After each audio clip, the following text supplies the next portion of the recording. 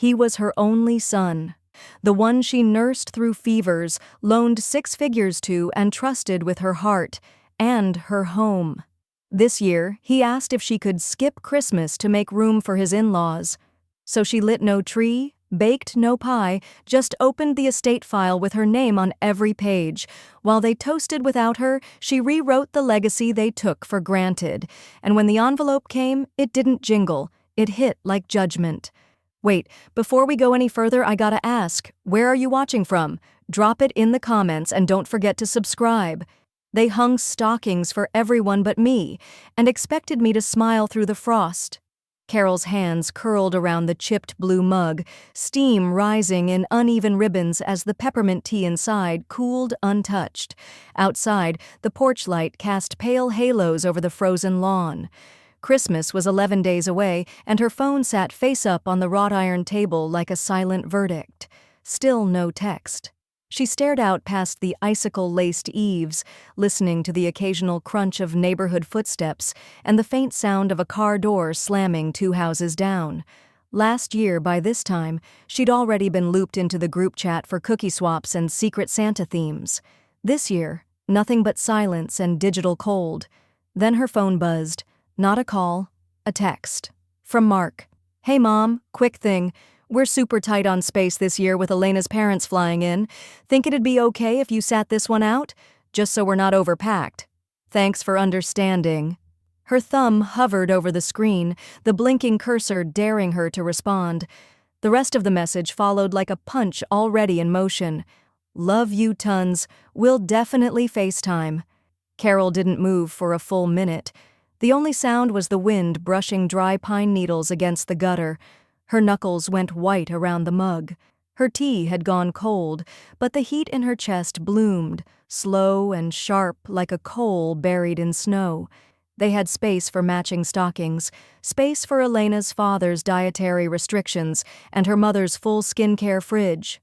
But not for her, not for the woman who helped buy that house, who picked out the hardwood floors, who wired $120,000 from her retirement account to help them breathe when their loan application nearly fell through. She stood slowly, joints stiff with the kind of pain that came more from betrayal than age. Inside, the hallway light glowed dimly across the oak floors. Her late husband had refinished those floors himself, sanding each plank by hand over 3 weekends, while Mark played with Legos at the kitchen table. Carol stepped into the study and flicked on the brass desk lamp. The room still smelled faintly of leather and cedar, her husband Harold's chair tucked neatly under the desk, though he'd been gone 5 years now.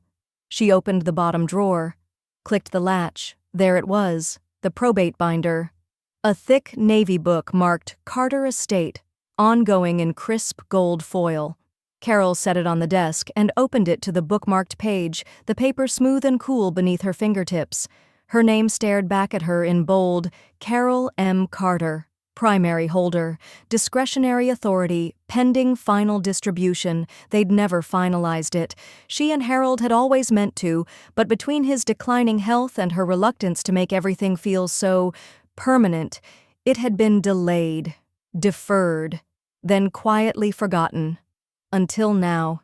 80% of the assets, including the house, were still legally in her control. Not Elena's, not Mark's. Heron, a soft knock sounded at the back window, just a branch probably, but it jolted her out of stillness. She pressed her palm flat against the desk as the furnace kicked on in the background. They wanted her to sit this one out? Fine. She wouldn't fight for a folding chair at a table she helped build. She reached for the pen Harold used to sign their original will, the one still kept in the leather holder by the lamp. Its weight grounded her, familiar, steady. Carol flipped to a blank notepad and scribbled one line. Estate redistribution options, initiate review. Her handwriting was as firm as her jaw. Then, softly, more to herself than to the room, she whispered, "You want me gone for Christmas?" She closed the binder with a gentle thump, straightened her shoulders, and stared toward the frost-laced window, the glow of their house barely visible in the distance. "Let me give you a gift you won't forget." Carol whispers, "You want me gone for Christmas?" Let me give you a gift you won't forget. I wasn't just excluded, I was overwritten. The last time Carol stood in that hallway, she was barefoot, paint-streaked, and laughing. It was summer then, 8 years ago. The walls were still bare sheetrock, and the air smelled like sawdust and fresh plans. Mark held a measuring tape. Elena was pregnant and nesting in Pinterest boards. Carol had just written the check that made it all possible. $120,000. No promissory note. Teet. No demand for repayment, just a mother watching her only child start something she never quite got to finish herself. Now Carol stood at her dining table, bills and documents fanned across the surface like a forensic map. The sunlight through the window lit the receipts in gentle gold, proof of a past no one mentioned anymore. Ashley Furniture invoice, $4,389 Backyard Depot, decking materials, $8,212. First Trust Bank wire transfer, down payment, $92,000, all signed, all hers. She picked up a printed photo from the pile, Mark and Elena standing on the porch, holding a key between them like it was holy. Carol's fingers traced the edge of the picture. She was cropped out. She remembered taking that photo. Her eyes flicked to the corner where her sewing cabinet once stood, now replaced with cardboard storage bins and a labeled plastic drawer unit, Crafts, Elena's mom. Just seeing it made her jaw clench. Her room, the one Mark once said was yours, always, had been converted into a hobby space. The guest bed gone, replaced with a fold-out work table and pegboard filled with acrylic paint tubes. Her quilt, the one she'd hand-stitched over 3 winters, was nowhere in sight.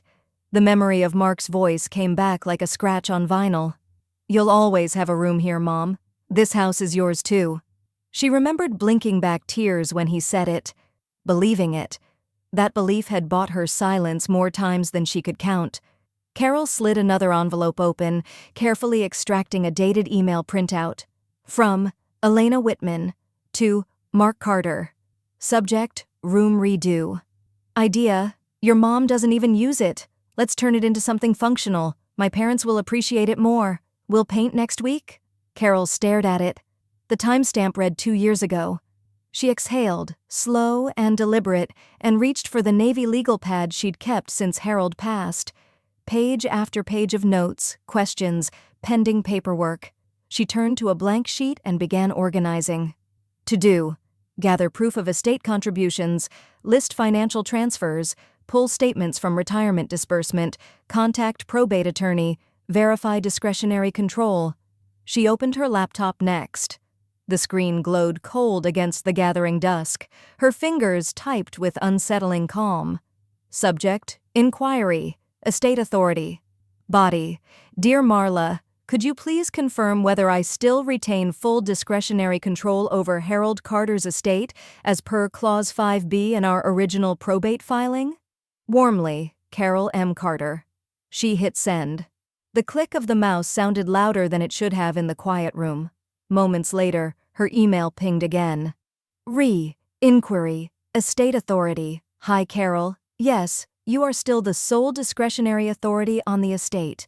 Until the distribution is finalized, which per your file it hasn't been, you hold full legal control of all named assets, including property and fiduciary decisions. Happy to chat more if needed. Best Marla Frey. Esquire. Carol sat back in her chair. Outside, wind rustled through the bare branches of the sycamore. Inside, something sharper stirred. Not vengeance. Not yet. But the first real shift in the ground beneath her. She picked up her pen, circled the word control in her notes, then boxed it twice. It was still hers. Her attorney responds to her inquiry. Yes, you still hold discretionary control until probate completes. They decorated the house I helped build and locked me out of it. The garland wrapped around the railing sparkled like it had something to prove. White twinkle lights, perfectly spaced, wreath centered on the front door like a magazine cover. Carol sat in her car at the end of the cul-de-sac, engine idling, the heater wheezing faintly. She didn't turn it off. She didn't get out. It was the house she helped pay for, $120,000 of her own savings tucked into its foundation like mortar. But now it looked unfamiliar, unreachable. Worse, it looked festive. A boy in a navy parka darted across the snow-covered lawn with a red sled. Laughter followed. Carol watched as Mark opened the door, wearing a reindeer sweater and holding a coffee mug. He shouted something over his shoulder and waved at the boy. Elena appeared behind him a moment later, her phone in hand, snapping a picture of the tree through the front window. Carol squinted. Something about the mailbox. Her foot tapped lightly on the brake, inching the car forward. She read the new label in block vinyl print, The Harrisons. She blinked. Once, twice. They had removed her son's last name from the front of the home, and hers with it. The engine hummed louder now. Carol's hand hovered near the gear shift, but she didn't move. Her fingers curled around the wheel like it was the only thing tethering her to the moment. Slowly, she reached into her purse, thumbed through her phone, and hit the contact labeled, Clerk, Santa Rosa Probate. A female voice answered on the second ring. Probate Division, this is Melinda. Yes, hi, my name is Carol Whitmore. I'd like to schedule a follow-up on an open estate file, my late husband's, docket number, just a second. She rifled through her wallet and pulled the folded paper from behind a photograph of Mark as a child. Docket 11-8123-W. Okay, Melinda said, tapping keys. What's your reason for the update? I'd like to request a formal review of distribution terms. I believe it's time. There was a brief silence on the other end, then, I can get you in Thursday at 10:30, in person? In person, Carol confirmed. Thank you. She ended the call, glanced once more at the house, then shifted into reverse. As she turned the corner, she caught a final glimpse of the inflatable Santa on the lawn waving cheerfully toward the street. She didn't wave back. Back home, the quiet was colder than usual. The heat was on, but there was no motion, just the soft tick of the mantel clock and the hush of wind behind closed windows. Carol walked up the stairs slowly, her hand grazing the polished oak railing. At the top of the landing was the hallway closet. She passed it every day, rarely opened it, but today, her hand stopped. She pulled the string. The attic hatch creaked open. A metal ladder slid down with a groan. She climbed it slowly, joints tight from years of polite endurance. The attic smelled of dry wood, old insulation, and memory. She clicked on the bulb. Light bathed the space in soft gold. Dust floated like snowflakes that forgot to fall. Her eyes scanned the boxes, labeled in her own handwriting from a decade ago. Christmas, front room, tree ornaments, handmade, from Mark. There they sat, undisturbed, unopened, untouched. One box's tape had yellowed at the edges. She lifted the lid and saw the paper angel her husband had made the year Mark was born. Carol reached in, ran her hand over it, and her breath caught. A small cassette recorder was nestled beneath the tinsel. She had forgotten all about it. A silver label peeled at the corner read, "Press play if you miss me. Love, Tom." She didn't press play. Not yet. Instead, she looked around at everything her family had deemed too old-fashioned to use. Every bulb, every handmade ornament, every relic of her role in that house. She closed the lid, sealed it gently, and whispered, "Next year, these go on my tree." As she stepped back toward the hatch, her eyes locked onto a bin she hadn't labeled. It wasn't hers. It was new. A big blue tote labeled in black Sharpie, "Mom's Extra Stuff, Attic Overflow." Overflow. That's what she was now. Carol descended the ladder, closed the hatch, and turned toward her study. She picked up her late husband's binder, opened to the tab marked Distribution Authority, and clicked her pen once. On the top line, she wrote 2 words, "Review pending." She didn't need permission. She already had the power. The next morning, she opens a second storage bin and finds her husband's favorite mug, chipped, stained, and tossed in with wrapping paper. That's when she whispers, "This time they don't get to bury what's mine." He called it a fresh start. I called it erasure. The first time Carol noticed. The gap in the yard, she thought it was a trick of the light, an absence disguised as openness. From the street, everything looked too exposed, too symmetrical. The space where the pine tree once stood was now a trimmed patch of grass, unnaturally even, with a ceramic planter resting where roots used to break the soil. She parked across the street and stared. The pine had been crooked, modest, bare in places, but it had stood for 32 years, planted by Tom on the night they moved in, the same week their son lost his first tooth. They had hung one red ribbon on it that first Christmas, nothing else, and watched as it grew taller, stronger, bending slightly west, like it knew who was watching from the window. Mark's voice echoed in her memory. Light, clipped. It was blocking the porch view. Elena wants to open the front for better light and the Airbnb picks better light. Carol hadn't argued. She hadn't said anything at all. Just nodded during that call, murmured something polite, and hung up before her voice could betray her. But now, standing in that car again, looking at the empty patch of earth where her husband's tree once lived, she felt it fully. Not like a blow, but like a hollowing, like a photo frame missing its picture. She didn't knock. She didn't go inside. She simply pulled out of the neighborhood and drove home in silence, the image of the empty lawn stuck behind her eyes like frost on a window. Back in her own house, she made tea with shaking hands. The mug rattled slightly against the counter, white porcelain with tiny green needles painted around the rim. It was part of the pine set Tom had bought her as a joke one year. "So we always have a tree, even at breakfast," he'd said. She never used it much. Now it felt like the only one that mattered. She sat at her desk, her eyes drifting toward the bookshelf on the far wall. It had been untouched for months, maybe years, lined with papers from when Tom was sick, from when they had meetings with the estate lawyer, from when Mark was still calling 3 times a week instead of forwarding her to voicemail. Her fingers brushed over a row of labeled folders. She passed over Utilities, Tom, Final Medical, and Memorial Guests, then stopped. It wasn't the bold label that caught her. It was the dustless line around it, as if someone had touched it recently, as if it had waited. Estate rollover, not yet distributed. She pulled it out and laid it flat. Inside, her husband's neat signature on trust documents, a checklist from their attorney, and the clause she remembered but hadn't fully understood until now. Sole discretionary power reserved by surviving spouse until full distribution is executed. Her. She was still the gatekeeper, not just of memory, of money, of property, of everything Elena and Mark now Instagrammed like it had materialized out of thin air. Carol ran her fingertip over the last page where Tom had written in his own pen, not typed, "In case of emotional distress or exclusion, Carol may alter terms without consent." A clause, a lifeline, a warning. A pause filled the room. Not silence, pause, like something sacred had shifted, imperceptibly, but unmistakably. Carol looked out the window. Snow had begun to fall again, soft, tentative flakes that barely touched the ground before vanishing. She didn't cry, she didn't flinch. Instead, she reached for a post-it note and wrote 3 words. Fresh start, then. She stuck it on the file and closed the folder gently, like tucking in a sleeping child. The house creaked with settling wood. The smell of pine clung to her tea, faint but stubborn.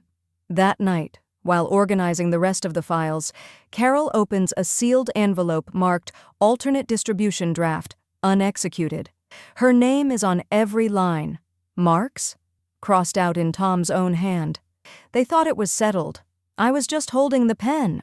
The moment Carol stepped into the law office, the temperature changed, not literally, but in the way tension adjusts the air around you. The scent of lemon-scented wood polish clung to the paneled walls, mixing with the quiet rustle of printers and the low murmur of voices behind frosted glass. Mrs. Kim, her late husband's estate attorney, met her with a nod that was neither pitying nor perfunctory. Just precise. Professional. Clean. Carol liked her already. "Have a seat, Mrs. Bennett," Mrs. Kim said, folding her glasses into her blazer pocket. "I reviewed your file. There's more discretion in your hands than I think you realize." Carol set her leather portfolio on the table, steadying her voice. "I need to know exactly where we stand, what is still mine to move, and what isn't." Mrs. Kim slid a familiar document across the desk. Tom's estate was structured in 2 phases. Phase 1, basic survivorship, was executed after his passing. Phase 2, the discretionary trust, was left deliberately open. She tapped the second page. "You're the full trustee, and this line right here, sole redistribution rights, in the event of emotional hardship, grants you legal reign to modify the beneficiaries list at your discretion." Carol read it. Twice. Tom's handwriting stared back at her. A scribble next to the clause, "If they ever make you feel small, fix it." That single sentence hit harder than any legal language ever could, like a posthumous blessing, like armor. She sat back in her chair, fingers threaded across her lap. "So," she said softly, "if I wanted to redirect what Mark was set to receive—" "You could," Mrs. Kim confirmed, "without contest." Carol's heart beat slow and firm, like boots crunching through snow. "And if I wanted to give that portion instead to my niece and 2 charities?" "Entirely within your right, especially since none of this has been executed or disclosed to the other parties. You'd simply file an amendment, re-sign the disbursement agreement, and I'll file it with the court."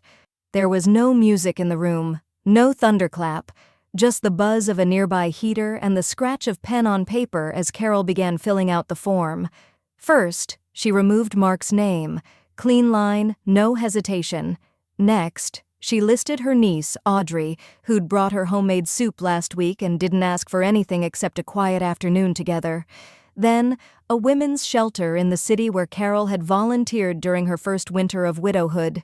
Finally, a second organization, Literacy for Low-Income Single Mothers. Her old friend from teaching days had worked there until she passed. It felt like honoring more than just money. Mrs. Kim slid the final page forward. "Once you sign this," she said, "the original allocation dissolves. This becomes law." Carol held the pen, not like a threat, but like a decision made long ago, now catching up to the present.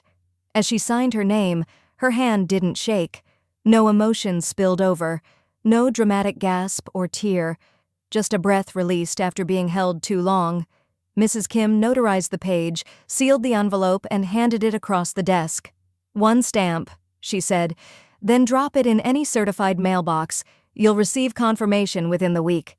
Carol stood, gathering her coat slowly, smoothing each cuff.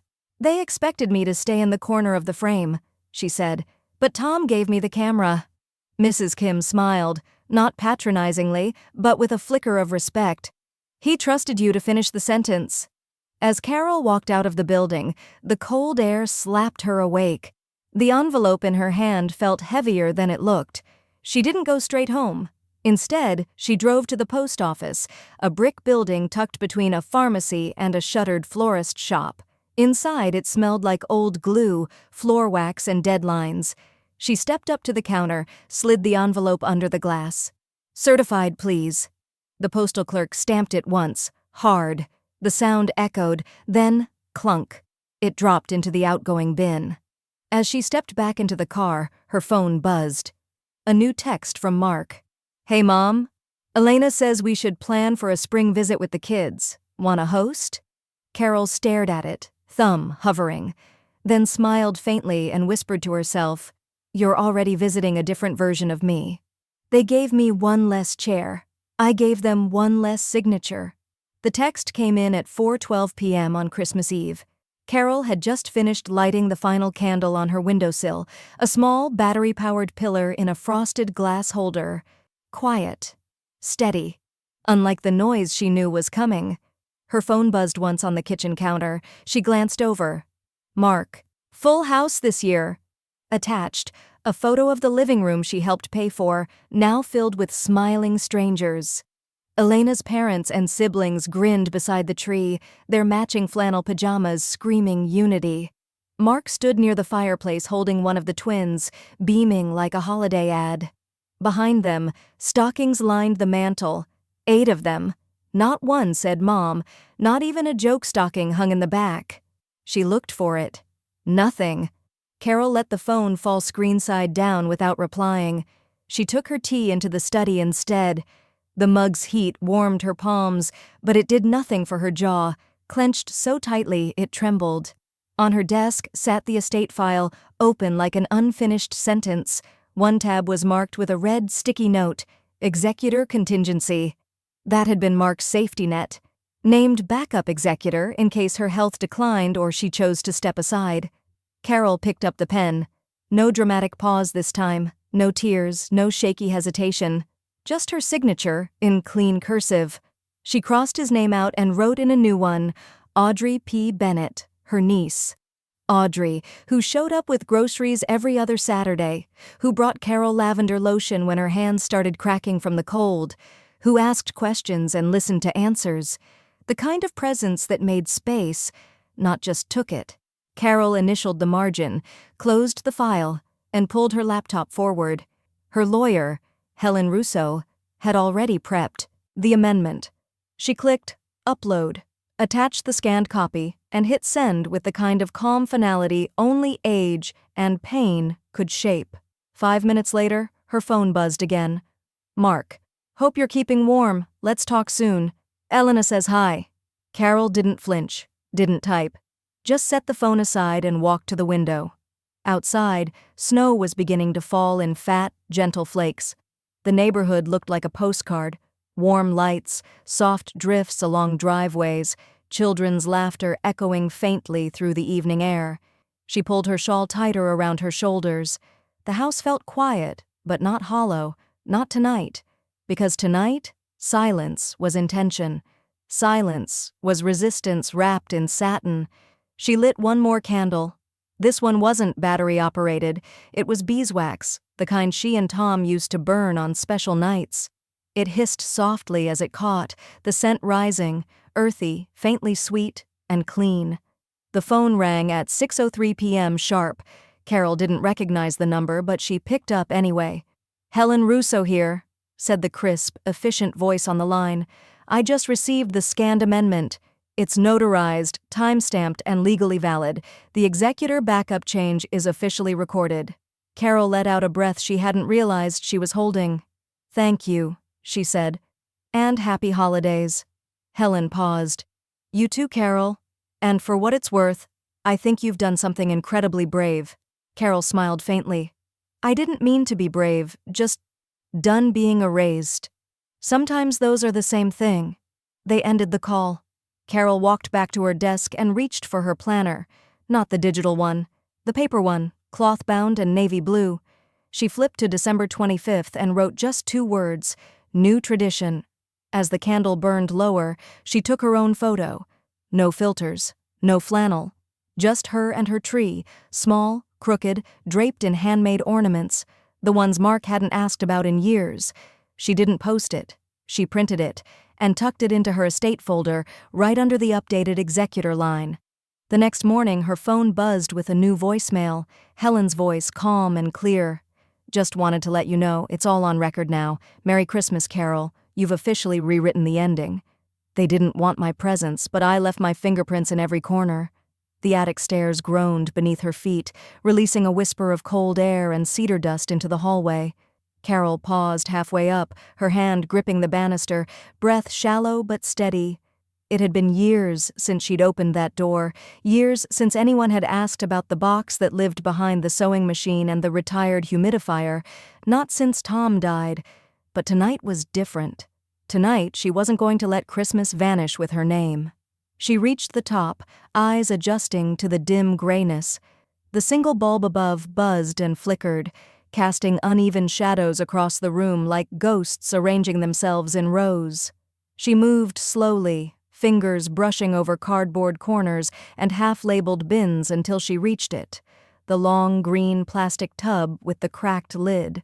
She knelt, heart thudding, not from effort, but memory. There, nestled in layers of old newspaper and tissue yellowed with time, were the ornaments. A tiny felt cardinal Tom bought at their first tree farm in Vermont, a ceramic snowflake from their anniversary trip to Maine, a glass sled etched with the words Baby's First Christmas, 1983, Mark's. Carol picked it up carefully, the edges cool and smooth in her palm. She turned it over. There was a chip in the back, a chip she remembered, vividly. Mark had dropped it when he was 4, and cried so hard she ended up giving him hot cocoa for breakfast just to calm him down. That was the year they'd strung popcorn instead of garland. Her throat tightened.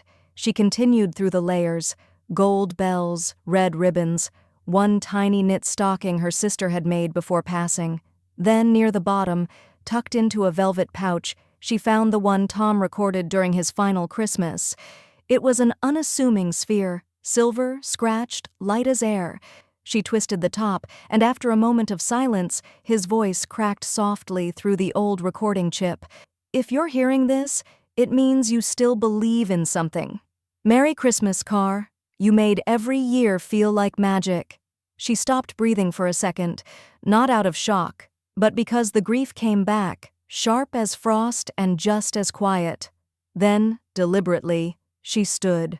Carol carried the box downstairs and set it on the coffee table. She turned on the string lights she'd wrapped around the little pine tree she'd bought that morning, 4 feet tall, slightly uneven, but fragrant and real. She began to decorate it. No themes, no color palettes, just memories. Every ornament she hung was a declaration, proof that she had lived here, that her joy had filled rooms long before Elena's white and gold aesthetic replaced authenticity with symmetry. By the time she placed the recording ornament in the center of the tree, her hands were shaking, not from sadness, but from something colder, more focused. Purpose. She walked to her desk, pulled out a padded envelope, and slid the velvet pouch inside. Next, she printed a typed note. Contents: sentimental heirloom ornaments, emotionally bonded artifacts for legal inventory. Then she printed the return address, to herself. The postmark, the seal, the tracking, all legally valid if she ever needed to prove emotional asset possession.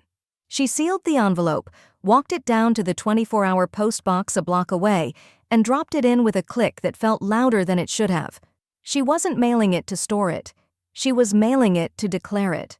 When she returned home, the lights from the tree glowed gently across the living room floor. She stood in the doorway just watching it. She could hear Tom's voice in her head again. "You always overdo it, Car. That's why I love you." This wasn't overdoing it. This was reclaiming something that had almost been erased. She picked up her phone to check the time, and there it was. A new message from Mark. "Mark, Mom, are you okay? We should catch up after the holidays." She stared at the screen, thumb hovering over the keyboard. She didn't type back. Instead, she reached for the ornament remote, dimmed the lights one notch, and whispered to herself, "I already caught up. You just didn't notice." She sets the phone down, unread, and walks to her study, where the certified mailing receipt now rests beside the estate file. She adds a sticky note, "Emotional assets, documented. They wanted me to save space. I saved receipts." The receipt crinkled softly in her coat pocket, its edges still warm from the printer. Carol didn't need to read it again. She'd already memorized the total, $71. It was the cost of clarity, of redirection, of declaring, on record, that love and legacy weren't always inherited, but earned. She stepped out of the county courthouse, the wind cutting sharper than expected. The air smelled of salted sidewalks and something sterile. Like winter and bureaucracy had struck a deal to share the air. Her boots crunched over patches of grit on the pavement as she made her way back to her car. Inside, she let the silence settle. Then she pulled the manila envelope from her bag and placed the receipt inside with care, pressing the flap down like sealing a chapter shut. She didn't cry. She didn't smile. She breathed. Later that evening, she sat at her desk with the new trust documents splayed out before her like blueprints. The names typed in bold under primary beneficiaries weren't surprising, but they were correct. Her niece, Emily, had visited every Sunday since Tom died. She brought banana bread or tulips or nothing at all, just time. She'd sat on Carol's porch through winter flu and spring pollen, listened more than she spoke, and never asked for a dime. "Family shows up," Emily had once said, brushing crumbs off her jeans. "It's not that hard." Carol picked up the pen and signed her name below the trust amendment. The ballpoint's glide over the page felt oddly weighty, like it knew this signature didn't just shift finances, it rewrote the center of gravity. The next 2 beneficiaries were listed as follows: Second Chance Haven, San Mateo County Women's Shelter, the Olive Branch Transitional Housing for Mothers and Children. 2 organizations she had supported quietly for years. She'd sent checks at holidays, knit scarves for donation bins, signed Christmas cards to women she'd never meet. They never asked her to make room. They never asked her to stay away. She clicked through to the online filing portal, uploaded the signed PDFs, verified her identity through a tedious 2-step login, and reached the final screen. Total filing fee, $71. Click to proceed. Her hand hovered over the mouse. Then, with a quiet finality, she clicked. A spinning icon, a progress bar, a single line of text. Your amendment has been received and is pending confirmation. Carol pushed her chair back, stood, and crossed the room to pour herself a glass of water. The kitchen was dim except for the faint glow of the tree in the living room. She didn't need music. The hum of the refrigerator, the creak of the floor beneath her feet, those were enough tonight. She glanced at the phone, still face down since Mark's message 2 days ago. She had nothing left to explain to him. She'd already done what he asked. He asked for space. She gave him distance. He asked her to sit Christmas out. She was making sure it would be his name absent from something far more permanent. Later that night, as she pulled the blankets up and reached to turn off the lamp, her email pinged. Subject: Trust, filing confirmation. Finalized from Probate Court Clerk Office Time, 9:48 p.m. She sat up straighter, reading every line. No red flags, no review holds, no required follow-up, just a confirmation number. And the words, all legal barriers cleared, trust amended and recorded.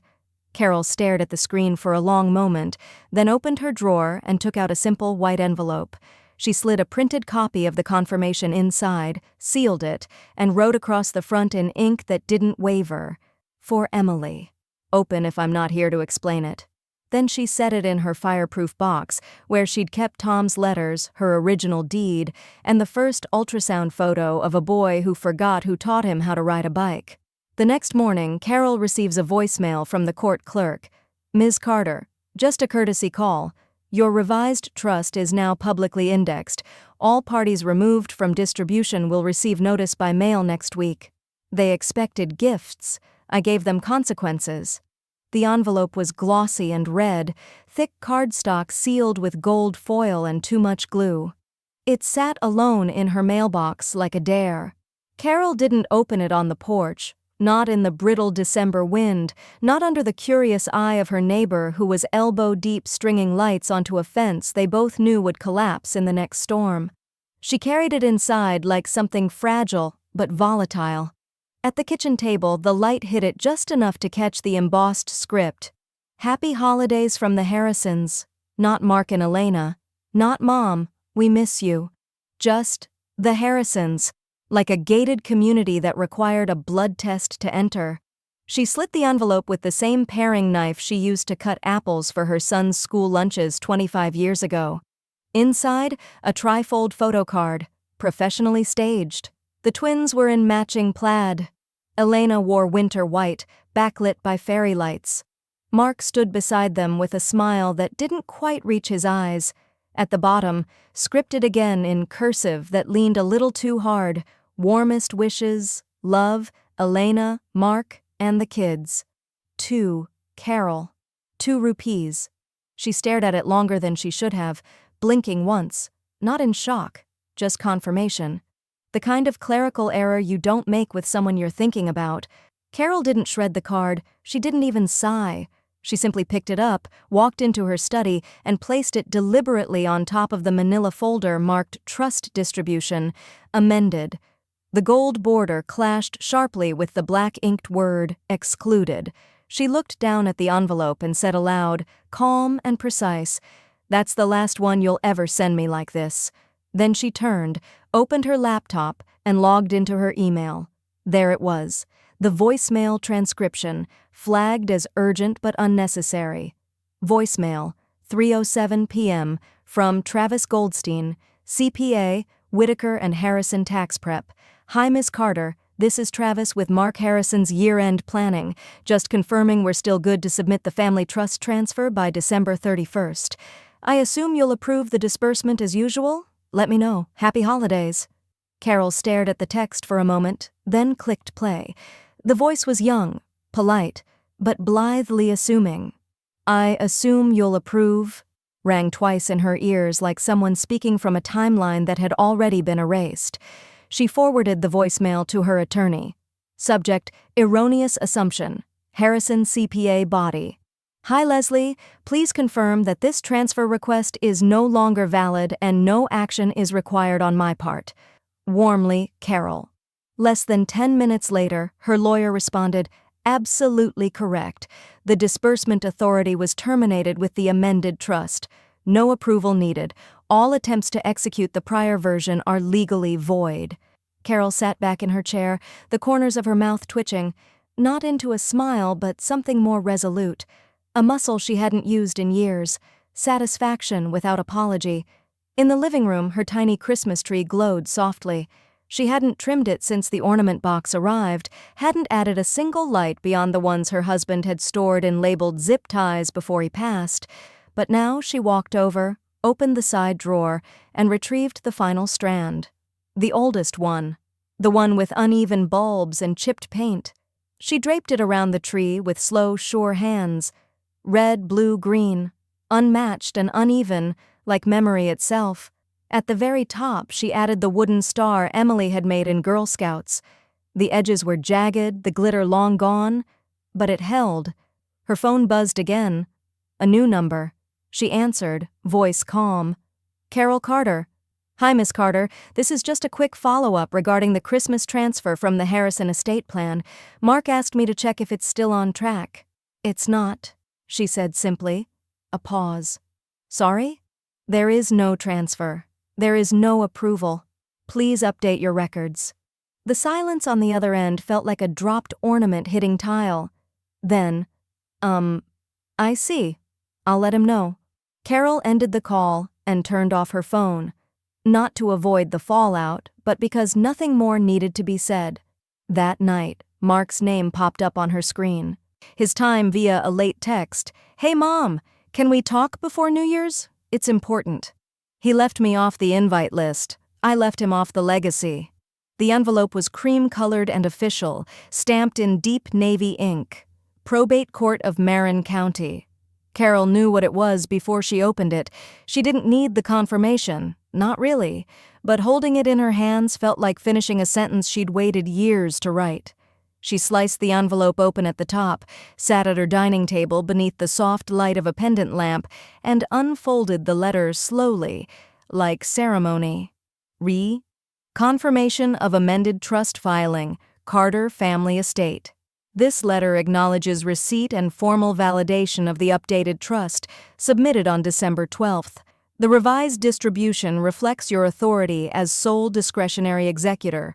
Contest provisions remain in place and unchallengeable unless fraud or coercion is proven, neither of which are indicated by current record. Her name appeared 6 times in the document. Mark's appeared once, under former primary beneficiary. She exhaled, not relief exactly, but resolution. It was like watching the final lock click into place on a vault she once left unguarded. She stood and poured herself a small glass of Merlot, not to celebrate, but to seal. Her fingers trembled slightly when they brushed the rim of the glass, and she caught the reflection of her late husband's photo on the mantel. He stood in the picture holding a drill, mid-deck build, sweat on his brow, joy on his face.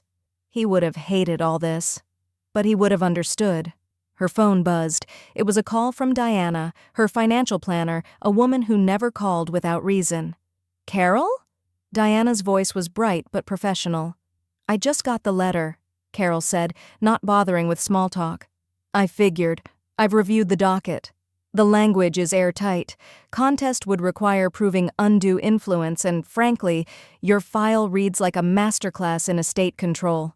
Carol smiled faintly. "That's good to hear. No loose ends. You've done it right." Diana paused, then added, "He'll try to argue emotion, if anything. But he has no legal footing. You're standing on bedrock." Carol took a sip of wine. "Then let the snow fall. I'm not moving." After she hung up, she walked slowly to her writing desk. It was old, mahogany, and always smelled faintly of lemon oil and paper. She opened the drawer and pulled out a box of note cards, thick cream stock with a gold foil edge, gifts she'd been saving for an occasion that finally felt worthy. She selected one and began to write. Dear Emily, this isn't about money. You never asked me for anything but time. You sat with me through grief. You brought over soup when I didn't ask. You noticed when I stopped watering the geraniums. You came when no one else remembered how. Everything you gave me comes back to you tenfold. Merry Christmas, my girl. You are my chosen future. She signed it with a trembling hand. With love, always, Aunt Carol. She tucked the card into its envelope, sealed it carefully, and placed it beside her purse. She'd drop it off at the post office first thing in the morning, certified, just like the rest of her steps. But before she turned in for the night, she returned to the mantel. The lights from her small tree reflected in the glass of her late husband's photo. She looked at it for a long moment, then tapped the frame once with the tip of her finger. Still got it done, love, she whispered. Just took a while to see clearly. She turned toward the hallway when her phone buzzed again. A text from Mark. We missed you this year. Hope you're doing okay. Maybe we can talk soon. She stared at the message, thumb hovering. Then she locked the screen and walked away. No reply. The next morning, Carol walks to the mailbox and slides the card to her niece into the slot, then notices a return address envelope from Whitaker and Harrison Tax Planning waiting for her. They didn't notice my absence, but they'll feel it. The snow fell steady and unhurried that morning, fat flakes drifting like feathers over Carol's porch railing. The wind barely moved, and the world outside her window felt muffled, like it was holding its breath. She didn't set an alarm. There were no stockings to fill, no cinnamon rolls to bake, no chaos of gift wrap and glitter on the floor. For the first time in decades, Carol's Christmas morning was silent. She sipped black coffee alone in her kitchen, wrapped in her thickest cardigan, legs tucked under her. The tiny ceramic tree she'd decorated 2 weeks earlier glowed softly on the counter, its rainbow bulbs flickering against the silver kettle beside it. On the fridge, her late husband's note still hung beneath a magnet. Don't forget, joy doesn't need a crowd. D. She looked at it now the way a traveler reads a compass. Her phone vibrated. She glanced down. Facebook notification, Mark Harrison tagged you in 3 photos. She didn't open the app, not at first. Instead, she stood, walked to the window, and watched a neighborhood child in a red coat make a snow angel across the street. When she finally tapped the screen, the brightness of the post nearly stung. Mark Harrison. Wonderful family. Perfect night. Grateful beyond words. Christmas magic. 3 photos. One of the long dining table, lit candles, roasted ham, paper crowns from Christmas crackers. Another of Elena's parents in matching pajamas holding the twins in their laps. And the last one, Mark smiling, hand on his wife's back, their children flanking them, with a banner above that read, The Harrisons' Holiday. She looked for her own name in the caption. It wasn't there. She checked the tag. Her profile had been added, probably automatically, from the app's memory. A technical echo of relevance. No call, no message, not even a generic, Merry Christmas, Mom. She pressed the back button, let the screen fade to black, and set the phone down beside her empty cup. For a long time, she didn't move. Not out of sorrow, but something deeper. A moment of mourning. Not for what she'd lost, but for the illusion that lingered longer than it should have. At noon, she heated a bowl of butternut squash soup and sat in the sunroom. She'd already received 3 emails from the women's shelters, grateful replies for the trust allocation, each one marked with a soft thank you note and photos of real people whose lives would be changed by the money Mark had once assumed was his. She read them all carefully. At 2, she received a call from her niece. I just wanted to say Merry Christmas, Emily said. And I got your card. I cried, Aunt Carol. Good tears. You earned every word, Carol replied, her voice warming. Emily hesitated. Do you want company? I made too much cocoa. Carol glanced toward the door, her lips curving slightly. I think I could make room. 20 minutes later, Emily pulled into the driveway in her tiny blue Honda. She walked up the porch steps holding a thermos, a small bakery box, and a bag that clinked with what Carol guessed were mugs. Carol opened the door before she could knock. "You didn't deserve that," Emily said simply, stepping inside, her cheeks pink from cold. "But you handled it with grace."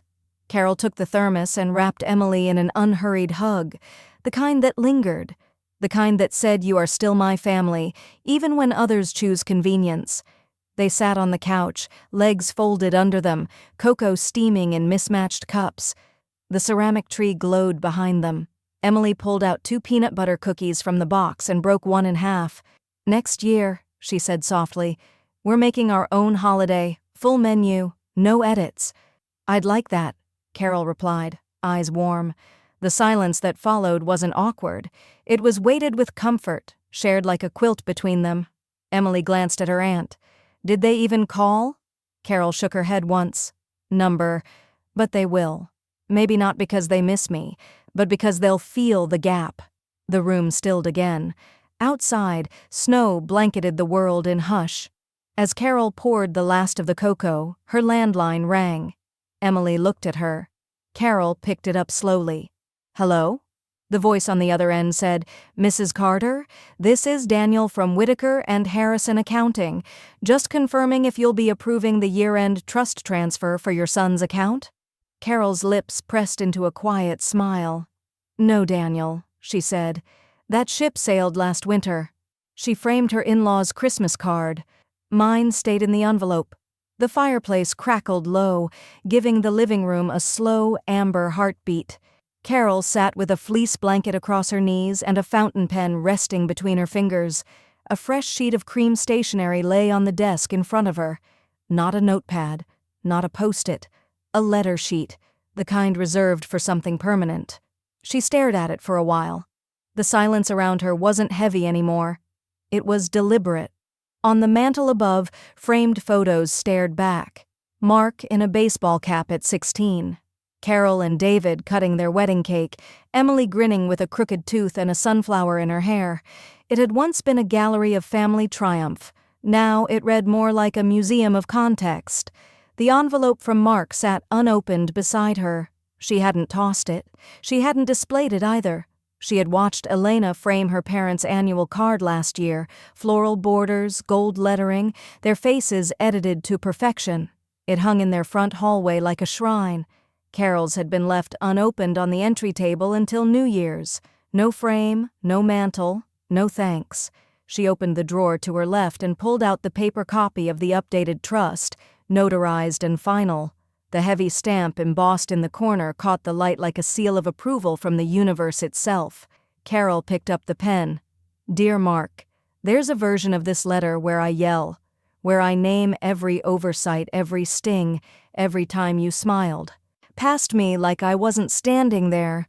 I could write about the pine tree your father planted that you cut down for aesthetics, about the chair that disappeared from your table, about the closet that became storage for people I never met. But I won't write that letter. You've already heard enough noise in life. This one is different. I remember the boy who built pillow forts in our living room, who used to leave me drawings with crooked hearts and scribbled, 'I love you, Mommy.' I remember the way you used to crawl into bed with me after nightmares and ask if I could stop the monsters. I never said this out loud, but I always believed I could. I still love that boy, but I will no longer fight to stay in a life where I've been repackaged as optional. You asked me to step aside for one Christmas.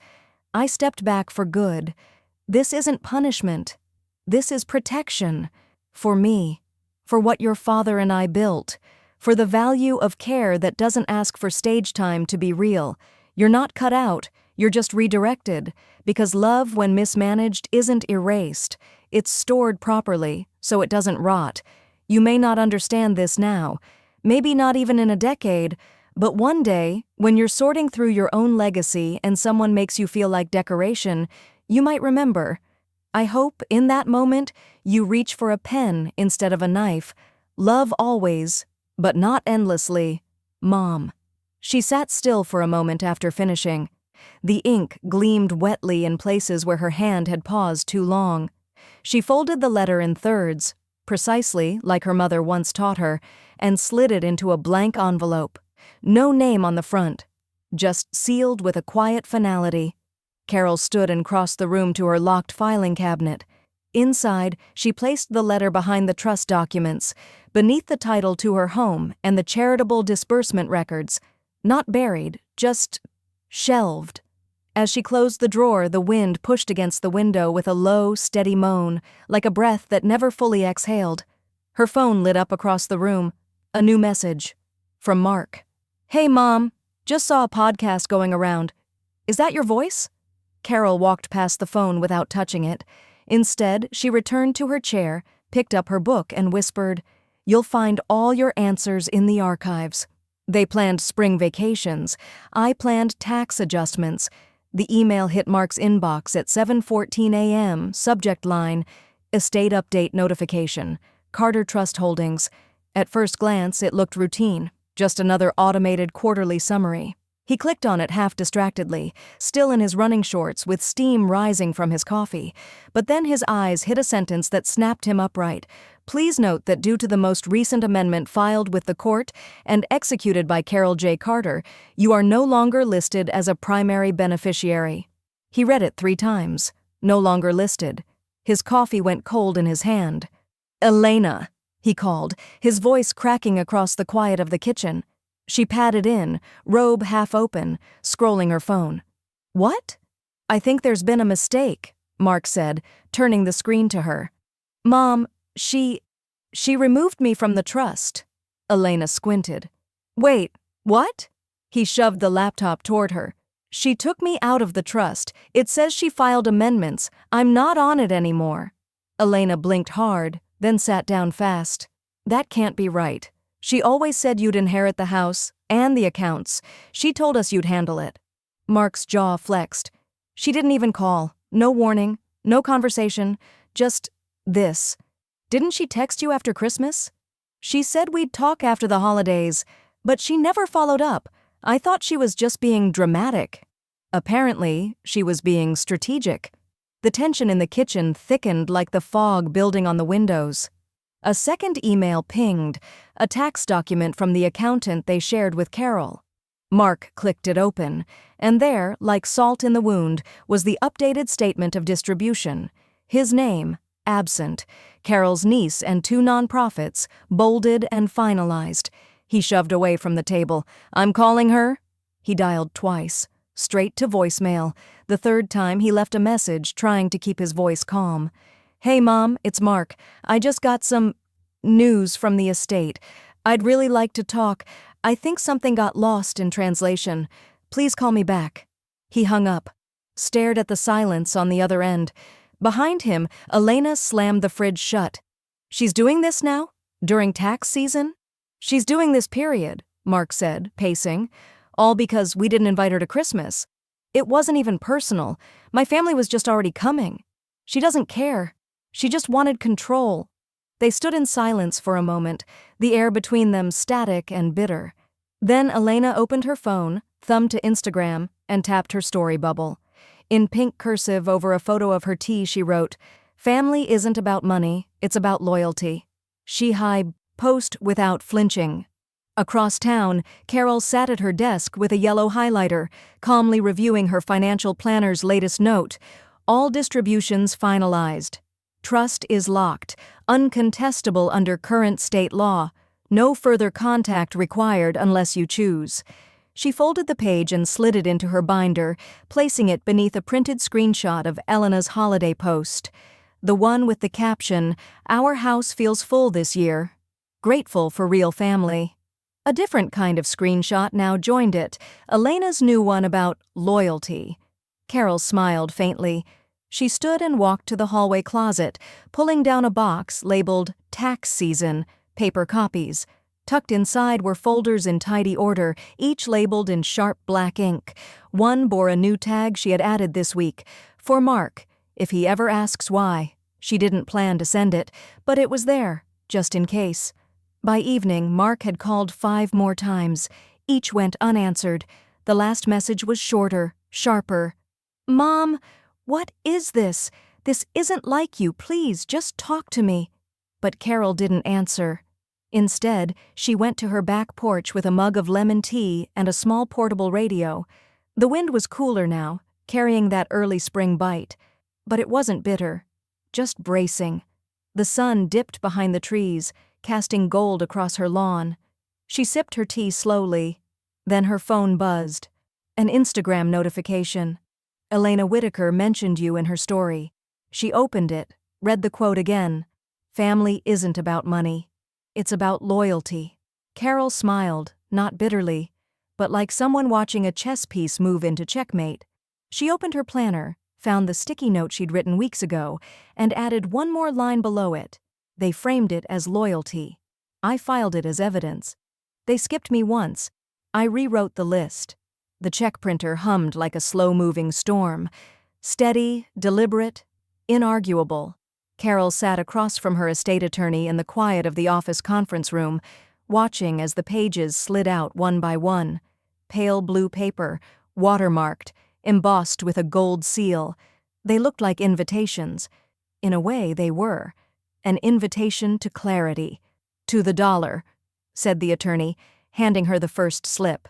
As per your final directive. Carol accepted it with gloved hands. It was still cold out, and the leather gave her fingers something to grip, besides rage, besides regret.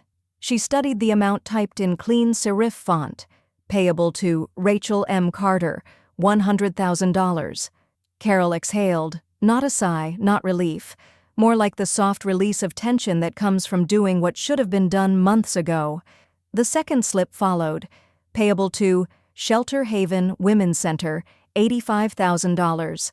The third never came. Mark's name was never entered.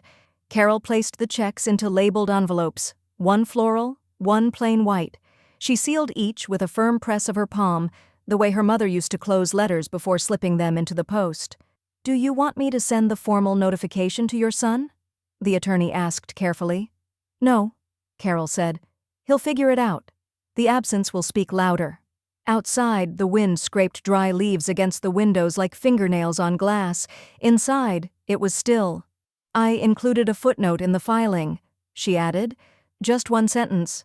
The attorney raised an eyebrow. May I ask what it said? Carol looked up from the envelopes, her face unreadable. Distribution reflects presence, not blood. The attorney nodded once, as if saluting something bigger than the law. Then we're done here. Later that afternoon, Carol sat in her sunroom with a glass of chilled, sparkling water, the bubbles fizzing softly like snowfall against a quiet pane. She read the note Rachel had slipped inside a thank you card weeks ago. You've been the only one who ever remembered my birthday. This year, I remembered you right back. Carol smiled. Her phone vibrated against the table. She didn't pick it up immediately. She never did now. Her eyes lingered on the view, the azalea bush starting to bud again, timid pink nubs pushing through January frost. Spring didn't wait for apologies. It grew anyway. 3 buzzes. Then a voicemail icon appeared. She reached for the phone, pressed play. Hey, Mom, it's me. I just saw the notice. The final one, about the trust. I don't know what to say. I guess I didn't realize how far things had gone. I think maybe we should talk. Please, can we just talk? Carol let the message play through again, this time with the volume lower. No anger, no accusations, just the weary scrape of someone who finally realized the table had been cleared without them. She tapped her thumb once on the voicemail, then twice more, flagged for later, not deleted. Outside, a robin landed on the ledge and tilted its head at her like it was waiting for a response. Carol leaned back, her spine straight, the folder still on the coffee table in front of her. The documents were neat, organized, unapologetic. When the doorbell rang, she didn't flinch. It was a courier. She signed the receipt, accepted the delivery, and returned inside with the final set of filings, sealed duplicates for her personal records. 1 set for the safe, 1 for the shelf. She slipped Mark's name into neither. Carol turned off her phone, set it in a drawer. Then, without a word, she lit a candle on the table, not for grief but for punctuation, for endings that deserved light instead of noise. They pulled my chair, I pulled their name. The chair at the head of the table gleamed under the soft glow of candlelight. Carol had spent the morning polishing it by hand, each curved armrest, each carved spindle, until the cherry wood caught the flicker from the fireplace like it had something to say. She had never sat there before. That had always been Richard's seat, and after he passed, Mark had taken it over like it was his birthright. But now it stood pulled out, waiting, for no one else but her. "Smells like Christmas in here," Rachel said, carrying in a tray of rosemary potatoes. "Are you trying to outdo the Four Seasons?" Carol chuckled as she adjusted the linen runner across the table. "No, just trying to make the house feel lived in again."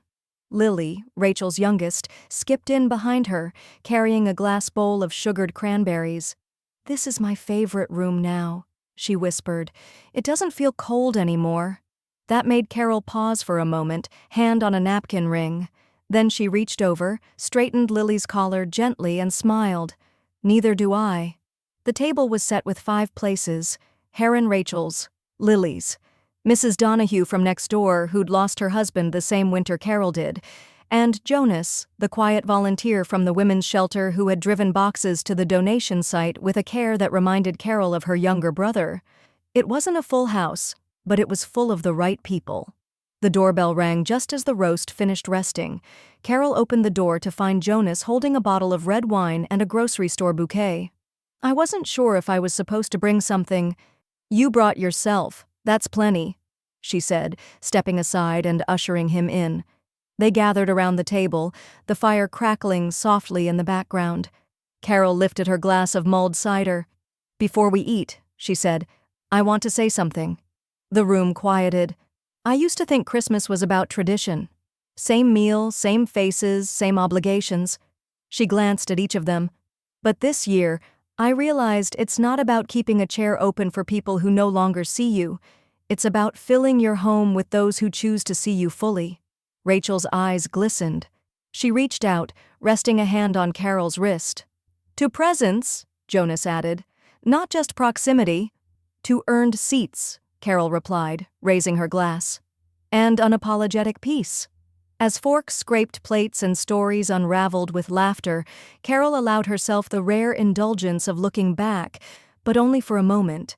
She remembered last Christmas, the empty text, the excuses about space, the cropped family photos that filtered her out of the narrative like a smudge on the lens. It hadn't just been omission, it had been orchestration. But now, the orchestration was hers. The new trust, the donations, the letters sent, the ones unsent, the voicemail she'd saved but never returned. She had taken back every inch they'd stripped from her, not with fury, but with formality, with dignity. She had pulled their names off the ledger the same way they had pulled her chair from the table, quietly, without warning, but permanently. After dinner, as the others gathered in the living room to play cards and sip cider, Carol walked back into the dining room alone. The plates were cleared, the candles flickered low, and her seat, still warm from her presence, stood slightly pushed back, not abandoned, but honored. She ran her fingers along the top of the chair, then turned to the bookshelf where she had tucked the framed photo of Richard. She placed it gently on the table. "I did it," she whispered. Without shouting, without begging, just with boundaries. Outside, the snow had started to fall again. Slow, steady, the kind that made the whole world feel like it was holding its breath. Carol walked to the window, pulled the curtain just slightly aside, and watched the flakes drift past the porch where no one would ring the bell tonight, asking for a seat that no longer belonged to them. She didn't feel erased anymore. She felt rooted.